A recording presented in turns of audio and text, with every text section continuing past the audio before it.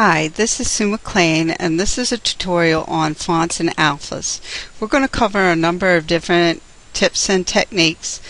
We're going to learn how to install a font, change the effect of a font, paragraph text control, word art, text on a path, alphas, and creating a mask frame with either alpha or fonts. So to get started, we're going to quickly learn how to import a font from a website through either purchase or a free font. It's really very simple to do. Once you download the font, you'll notice that it comes in as a zip file. So we extract the zip file, and the file will have the zip file, unzip file will have a file extension of TTF. That is the file extension for a font. We can right click and copy this. And in most computers, Windows computers, the font directory is on the C drive, and in the Windows directory you'll notice a fonts folder. So we're going to open that and then right click and paste that TTF file into the fonts folder. And that's all there really is to it. You may need to restart Craft Artist or DSA2 for the font to show up. But as you can see, I now have Baroque Script, which was the free font that I downloaded this morning. The next thing we're going to talk about is fonts and making them look less rigid and structured on our page. This is in Times New Roman, and what we can do is select the word, phrase, paragraph, whatever, and go to Tools and Convert to Curves and click outside. Now each one of these is separate letters, and we can arrange them any way we like to give a different effect. Once we get it the way we like, we can select them all and group them back together, and then they can move around the page. Don't forget to lock down your background or it will move as well. This is a sentence that I input with Times New Roman, and as you can see, it's centered and it's just a simple text. If we want to convert that to something more elaborate, maybe a script, usually what happens when we convert to a script is that it puts a great deal of difference size between the two lines, and that might not be conducive if you're entering a poem or journaling on your page. So a quick way to remedy that situation is to right click, go to text, and then paragraph, and you're going to decrease the vertical space leading to somewhere around 60. So it is quite a bit of difference, and you can play with these numbers for various fonts. They'll all be different. And as you can see, that greatly reduced that gap between those two lines.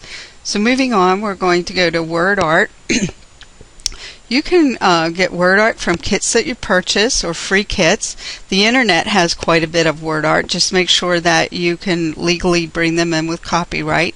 This particular one I brought in from the internet, and it had a transparent background, so it quickly and easily was incorporated on my page.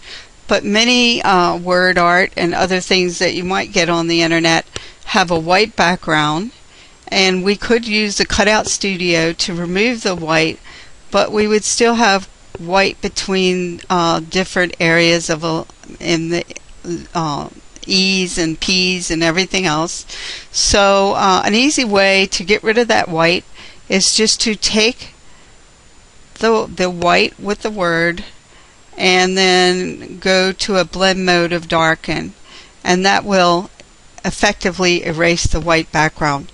This works very well for anything that's dark black, dark brown, because they're already so dark. As you can see here, no matter what the background that I use for this, it's going to show up just fine. The only consideration with using this method is you of course cannot put a shadow or any effects on it. If you bring in a word art that has color, you can still use this method. Just remember that if you overlay it on a color that's similar, it's going to mask or blend in, and you may actually want that effect, but I just wanted you to be aware of it. Moving on to text on a path. I entered this sentence in Times New Roman, and text on a path is extremely easy to do. Just choose this option that says preset text paths, and for this I'm going to choose the wave, which is probably the easiest to use, and then just change the appearance with these handles any way you like. It gives a nice subtle look to text. Just try not to overdo it, and then you can apply any effects that you want to the text. On this page I have 3 examples of text on a path.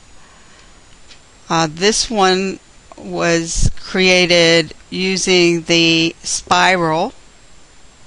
I just did it again with that, and then this one I used the circular effect to augment the frame. So that's it for text on a path. However, Craft Artist has just released a new video that goes into a great more detail on text on a path and shows you how you can also use it to wrap text around an embellishment or item. Now the last thing I want to show is alphas. You can bring in an alpha. I'm going to just type a word here and use insert. That will insert the alpha letters onto my page, and as you can see, when I insert them, they are already grouped together. But if I click outside of that, they are no longer grouped, and you can then again make it more realistic looking by changing the orientation of each singular letter. Once we're happy with it, we can select and regroup. Now we're going to pull in a skill from last week's GBAT 3, and that is we're going to convert this word to a mask. So if we can remember how to do that all the way from last week, we'll do a copy and then an edit, paste special, serif transparent bitmap, OK. Insert it in, get rid of the old one, convert to frame, copy it 2 frames, photos, and there you have it.